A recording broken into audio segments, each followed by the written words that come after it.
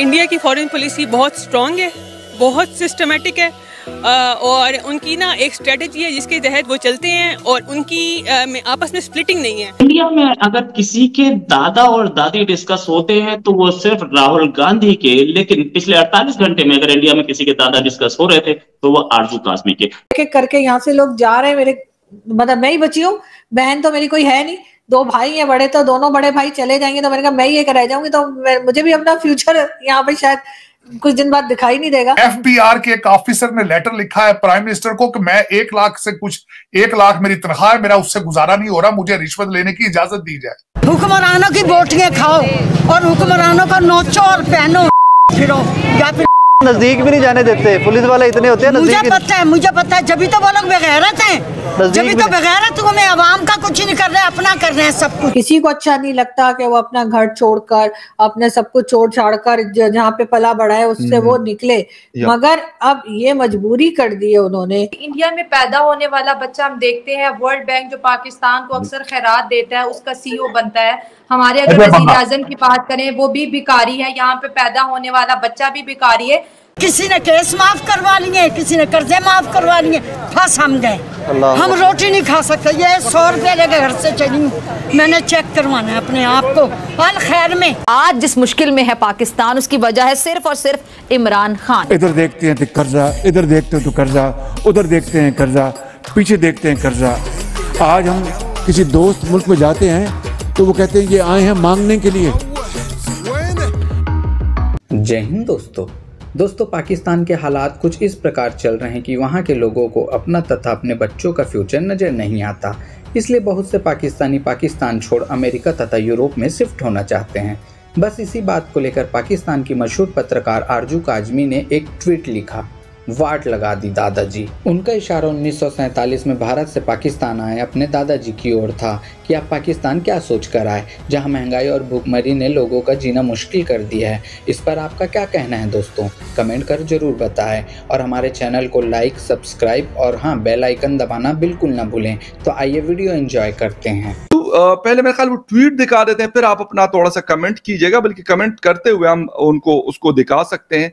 तो आप थोड़ा सा बताइएगा कि क्या चीज थी ऐसी कि जिसके ऊपर ऐसा, मतलब जिसे कहते हैं कि हर तरफ बात हो रही है, हर तरफ जिधर देखे तो यही चल रहा है। पहले आप ट्वीट दिखा दीजिए। जी बिल्कुल, जी बिल्कुल, ट्वीट तो स्क्रीन के ऊपर चल रही है ना, you can talk on it. जी बिल्कुल सही। जी बिल्कुल फकर, 2 दिन पहले की बात है, या ट्यूसडे है ना, संडे को मैंने ये ट्वीट लगाई थी, 1 अप्रैल को इनफैक्ट ये ट्वीट थी। और इत्तेफाक से मेरी अपने एक मेरे दोस्त से हमसे बात हो रही थी फोन पे, और हम ऐसे ही डिस्कस कर रहे थे कि पाकिस्तान की क्या हालत है और क्या चीज पाकिस्तान में इस वक्त सही नहीं चल रही है। करते करते मैंने उनसे कहा कि मेरे 2 भाई हैं और उनमें से एक भाई जो है वो ऑलरेडी यूरोप में है और दूसरे जो हैं वो भी यूरोप जा रहे हैं अपनी फैमिली के साथ, और जो पहले हैं वो पहले ही अपनी फैमिली के साथ बाहर हैं। तो जो भाई यहाँ पर मौजूद है इस वक्त, मैंने उनसे पूछा कि आप क्यों जा रहे हैं, तो वो कहने लगे कि यहाँ पे फ्यूचर नहीं है, मेरा फ्यूचर भी नहीं है और बच्चों का फ्यूचर भी नहीं है, तो इसलिए उन्होंने डिसाइड किया।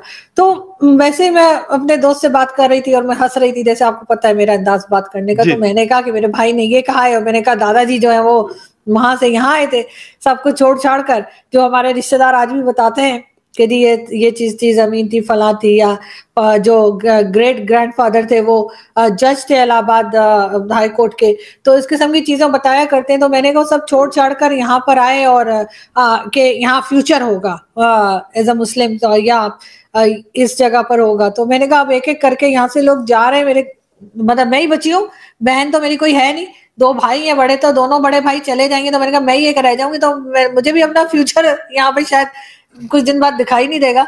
तो मैंने यही कहा, मैं उस बारे में बात कर रही थी, और फिर मैंने सोचा कि मैं ये ट्वीट भी कर देती हूँ। तो मैं उनसे बल्कि मैंने कहा भी, मैंने कहा दादाजी ने वाट लगा दी, तो वो हंस रहे थे हम लोग ना।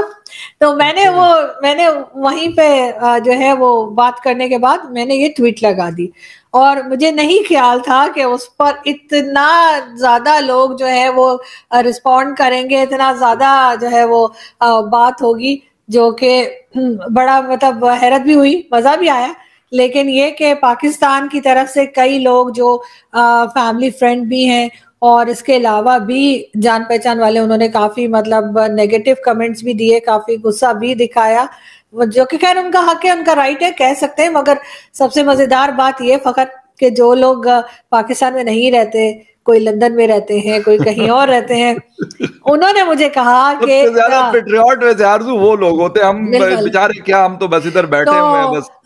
एग्जैक्टली, तो उन्होंने भी मुझे ये कहा कि आपके मतलब मेरे दादाजी का कहा कि दादाजी की रूह को बड़ी तकलीफ पहुंचाई मैंने। लेकिन जहां तक मुझे मालूम है या जहां तक हमें बताया गया है इस्लाम में तो 72 हूरें मिलती हैं, तो मेरे ख्याल है मेरे दादा तो 72 हूरों के साथ बिजी होंगे, उनको बिल्कुल टाइम नहीं होगा कि वो नीचे देख सके कि मैं क्या कर रही हूँ।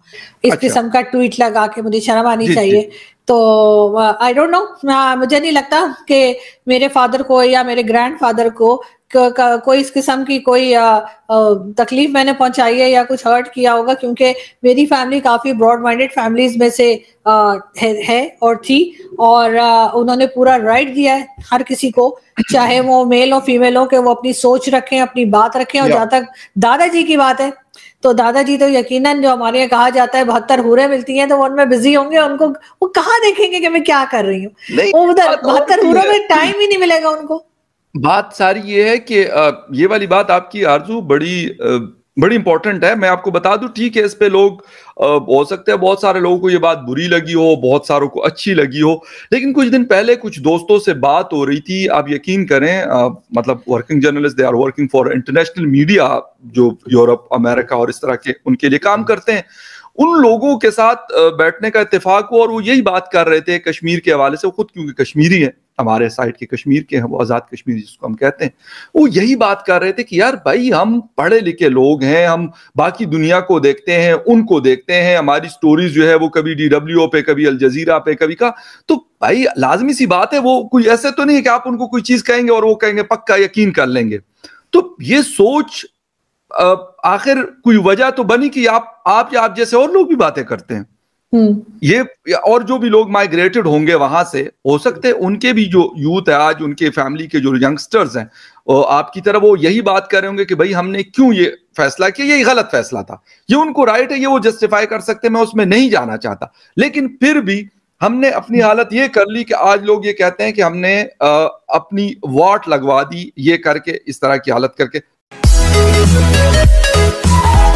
We'll be right back.